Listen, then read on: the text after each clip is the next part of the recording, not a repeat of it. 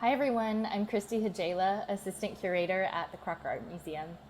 My primary area of focus is contemporary art, and one of the things that I really love about working with this part of the collection is the opportunity to meet and talk with artists about their work.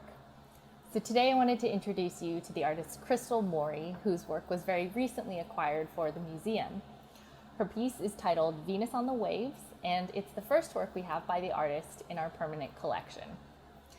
As you may know, the Crocker is very fortunate to have one of the largest ceramics collections in the country, and it continues to grow to include the work of the newest artists working in this field. Crystal is based here in California, and she received her BFA in ceramic sculpture from the California College of the Arts in Oakland in 2006, and her MFA in spatial art from San Jose State University in 2012. I first met Crystal last summer at her studio in Oakland, and today I was able to catch up with her on Zoom. Hi, Crystal. It's great to see you. How are you doing? I'm doing great. Nice to see you too, Christy. Well, thanks very much for having me over for a virtual studio visit today. Yes, yeah. I'm very excited to chat with you today about your piece, Venus on the Waves, which we're thrilled to now have as part of the Crocker collection. And this was a piece that I first saw when I visited you last summer. And it's part of a larger series that features many different human-animal hybrids. And I thought we would start by having you talk a little bit about the wildlife you've incorporated into the figures, because they were picked very specifically. Yeah, I'm so happy to be included in the Crocker collection, and the Venus on the Waves piece is very special to me. I've had an interest in environmental issues for a very long time. I grew up in the Sierra Nevada foothills in between Sacramento and Lake Tahoe. And I became really intimately aware of all of the creatures around and the plants. And that became a really integral part of my early life. And now I live in Oakland. I've lived here for almost 20 years. And it's very different. And at first I didn't see the natural and urban landscape as being combined. And over time, I started to really realize that like no matter where we are as humans, we are interfacing with natural life. And with the Venus on the Waves piece, I started making that when there was a lot of information out about wolves and their habitat, and how wolves had once roamed in California. And since there are so many people here that continue to move out into the landscape, they have been pushed further and further out. So I was thinking about that line between human interaction and animal space and habitat, and how complex that relationship is. So that piece specifically has both of those components. Like I'm thinking of the wolves as wildlife, as the delicate environment that is out beyond where we live, and then also the way that we interact with that space, affect that space, and then also I guess like the cycle that comes with that process, and how everything is connected and everything is has like kind of a turbulence. And you can see in that piece, as you walk around it, there's like a movement that's happening between the wolves, between the humans, and then underneath there are fish. So there's like this sort of swirling turbulence. Yeah, and the wolves specifically are gray wolves. Yeah, they're gray wolves, which I guess the term is like they were endemic to California. So they were here, then they weren't here, and now they're coming back over the border down from Oregon and into California. And I think of them as, like, again, thinking about that line between like human space and natural space. I do realize they are connected. It's like a spectrum. But thinking about that and like the wolves as like an indicator species, which there's lots of different indicator species, but like bears, lots of different birds, lots of insects, like things that are affected directly by our interaction. Yeah, and I think it helps to understand Venus on the Waves and using the gray wolf combined with the human figure in the context of the larger series of work that it comes from. Because when I came to see the works in your studio that you had several different animal species paired with human figures. So can you talk about some of the other species that are included in the series? Yeah, so I started with creatures that are directly around like where I live. So I started with California wildlife, and I was thinking of you know, gray wolves and brown bears and mule deer and bighorn sheep. So all animals that live here or have lived here, I guess. So lots of California natives, and then sort of moving out beyond there. Right, yeah, and you can see all kinds of sources of inspiration behind you there on your studio wall. Yeah. So I want to talk about too the human figures and the human element that's involved with these. So you've paired these endangered species or threatened species with these bodies, and they're all very sensual, very romantic looking female nudes. Can you talk a bit about the inspiration behind that and why you specifically depict the female nude? Yeah. I have been interested in art history for as long as I can remember, and I love just like learning as much as I can about work from the past. And when you really start to dive into art history, you realize that there are connections that go all the way through, like, you know, all the way through time. And it's like a visual language that is like repeated and reinterpreted. And through those stories, there are lots of strong female archetypes, and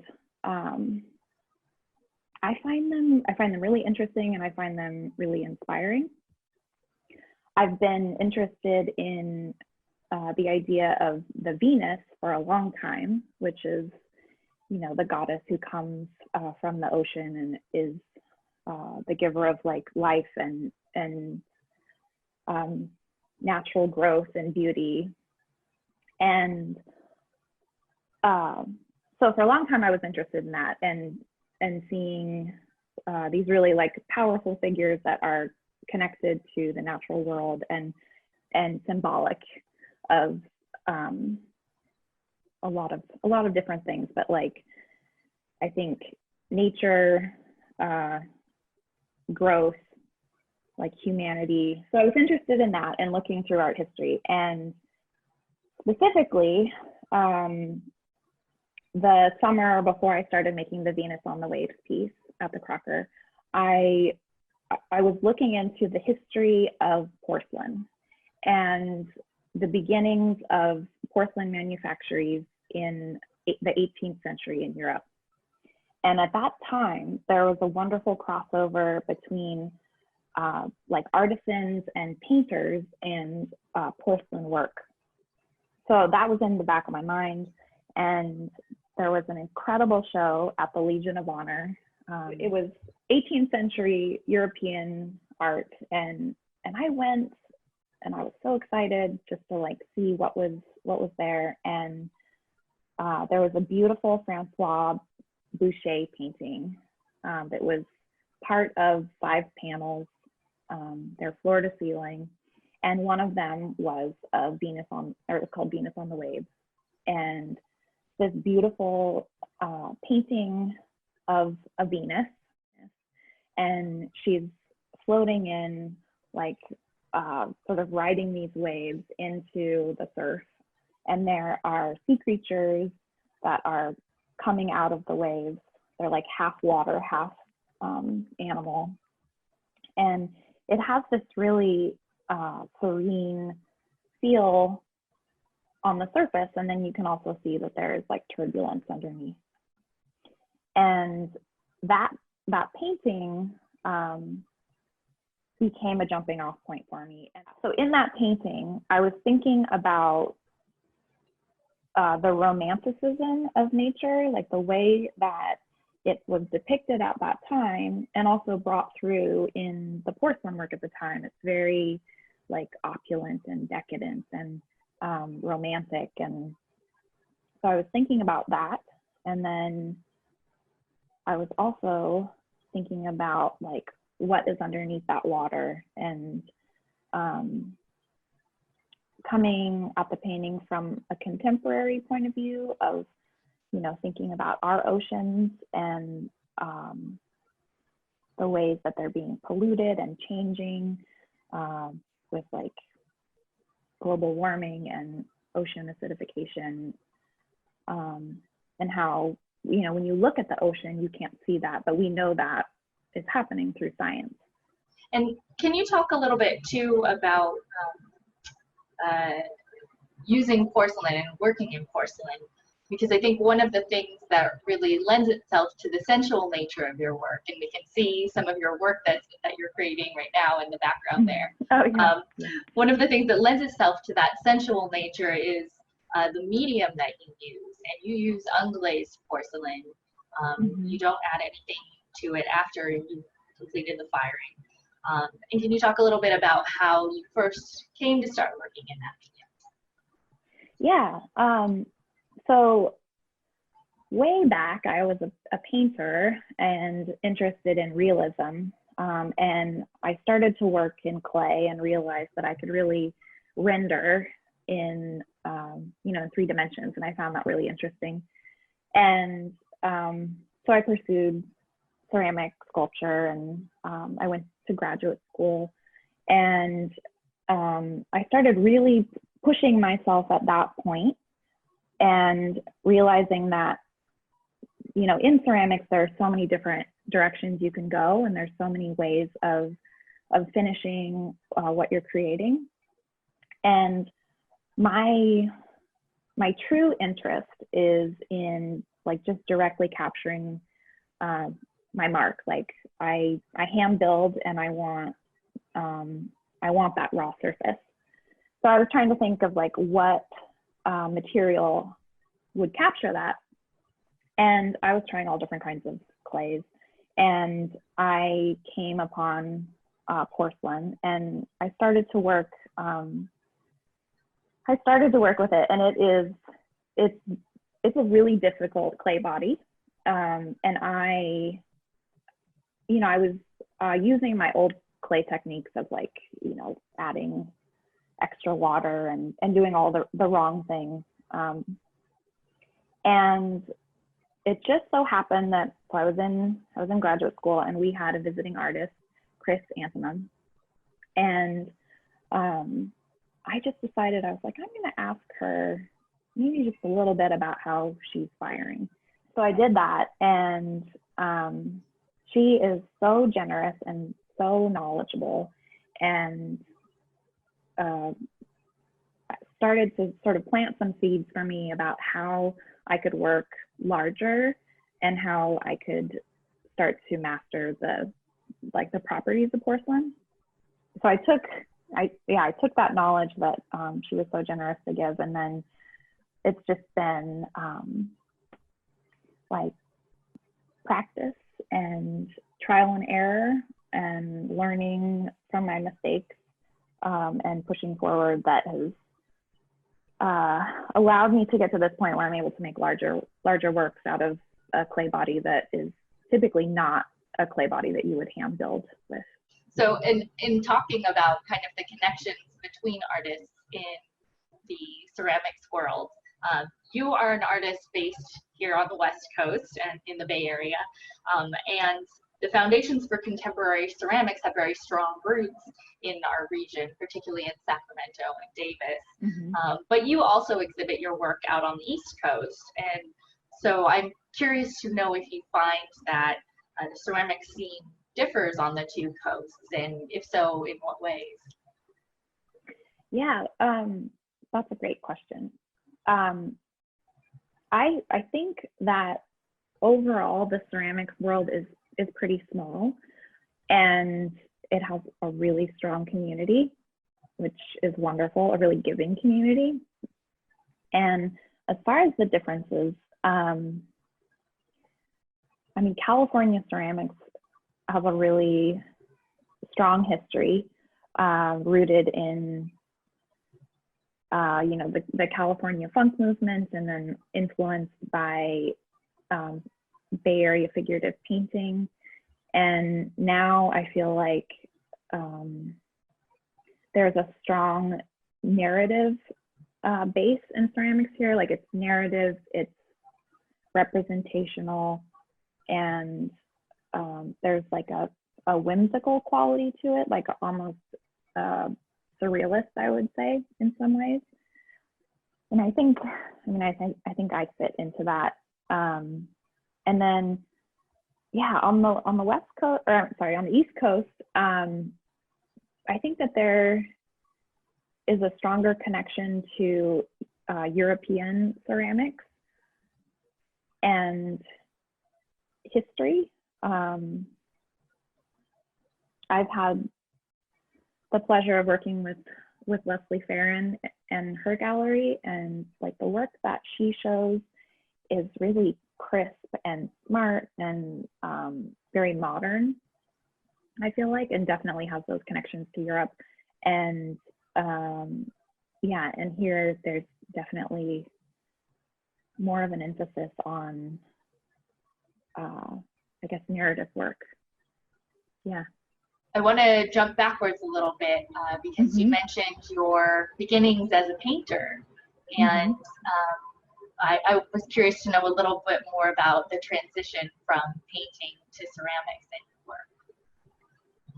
Yeah, I mean, I think partly I've just always really been interested in making things and capturing what's around me.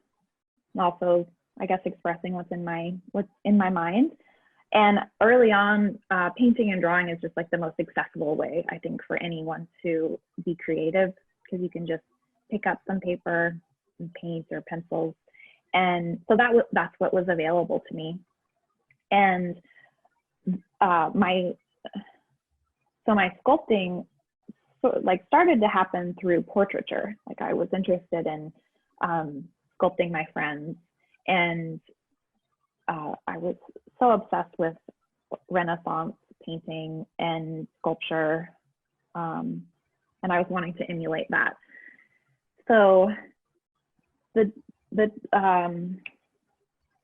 transfer, like, from 2D to 3D happened pretty early. It happened in undergrad, and a lot of that came from the community that I found in clay. Not necessarily that I was like, yes, I absolutely want to be a sculptor, but it was more of like, it was so inviting and there was so much knowledge for me to gain. And there's a difference between the studios. Like, when you're a painter and you're painting in your studio, oftentimes it's just you, and it can be like a solitary activity. And in ceramics, definitely when you're beginning, you absolutely need the community of the kiln and the clay, and being able to move things around and gain knowledge from other people around you. So that is sort of what pulled me in. And then I think that from there, I just realized that I could capture whatever I wanted in 3 dimensions. Like, I can recreate, I can recreate a human, I can recreate an animal, or shells, or flowers, or, you can play with realism and stylization. And I'm sure, absolutely, you can do all of those things in painting and drawing. And for me, it's just become, like, it feels right to do it in clay. And and it feels even better to do it in porcelain, which is this material that picks up light and shadow in a really interesting way. Like you can sort of see into the surface of the material. It has this like very crystalline quality, and it picks up detail in incredible ways. So yeah, I think it's like the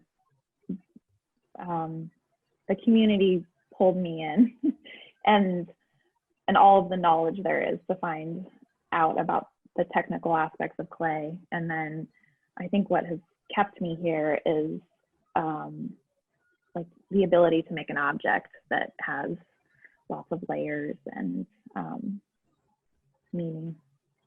I think what's neat too is that porcelain has a history that goes back so far, and I'm thinking about our Meissen collection that we have, and the way that your work ties in with the history of painting from around that time period, as well as the history of porcelain and ceramics from that time as well.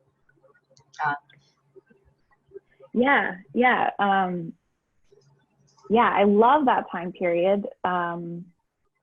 At one time, porcelain was worth more in its weight than gold, and I find that really interesting, especially nowadays. And yeah, porcelain has moved through, I mean, it's moved around the world and through so many different cultures. And specifically like that, the time period that we are talking about, like the 18th century, was this time when like Europeans were trying to emulate the porcelain from China. So at the time in Europe, there was Meissen and there was Sèvres, and there were also, I mean, there were several manufactories in England too, but the two that I find really interesting are Meissen and Sèvres. And they were, you know, they were competing against each other, trying to come up with like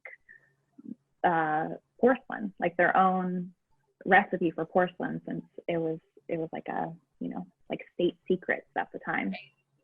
And yeah, what is the way that I connect back to that work, or one of the ways I connect back to that work, is there's like an incredible interest in recreating nature. Like in many of the Meissen objects, like in the Crocker collection, the attention to detail in like floral elements and like leaves and branches and bugs, like the bugs are really interesting. This sort of quality that you could eliminate, like you could leave the bug out, but they chose to bring it in, and it makes it real. Like this imperfection makes the piece feel really real. Yeah, you guys have a great collection. Yeah, I'm thinking about the little ladybugs that you see crawling across plates once in a while. Yeah, they're very intentionally put there, but in some ways they almost seem surprising when you see them there. I think what's really neat about your work is that it not only refers to the history of 18th century porcelain in the material that you're using, but also in style, and your references that you're making to painting traditions that were happening as well. Yeah, and you know, there's also a strong history of the figurine, and Meissen and Sèvres were both making like crystalline white figurine pieces. So they were unglazed, and, you know, modeled by, well, François Boucher was modeling figures at the time. Like there were lots of artists that were making models, and then they would turn them into molded pieces and flip cast them. And there's just a wonderful connection of like having something, I mean, you had to be quite well off in order to have one of these figurines at the time, but there's a really interesting connection of like being able to have something that is produced that is from, you know, a painting that you wouldn't necessarily have access to. And the stylistic choices that they would make, just like to move your eye around the figurine and make, you know, connections to art history, as we were talking about before, like in creating like Venus pieces, or you know, the Three Graces, or Leda and the Swan, all of these different art historical archetypes. I can see a bit of some of your work in the background there in your studio. What are you currently working on? So I had my show, Venus on the Waves, titled after our piece at the Crocker at Farron Contemporary. And at, towards the end of that show, I started to work on creating small versions of castaway plastics. And two of the pieces from that show have those incorporated. So it's still, you know, it's like within my porcelain language of like natural components, but I started to add these little plastic items. And so that's where I am wanting to go, thinking about, you know, the ocean, and again, back to the ideas of like turbulence underneath the water. So that's what I'm working on currently. In the background, these pieces, they're like samples that I've been working on. This is just a little fun guy. This is a little unicorn that is inspired from the unicorn tapestries that are in Paris, France. And then I have a bird figure here. This one's covered in shells and leaves. So Right, and you create those little, we talked about those little press molds that you create, which is very much a Meissen tradition as well. Yeah. I have like a series of little molds that I've made, and I incorporate lots of handmade objects. So I will like look at a version of something like a seed pod and recreate it and make a mold. And then I also have molds that are taken directly from real objects, like acorns from the Sierra Nevadas, or shells from like beaches here up in Marin.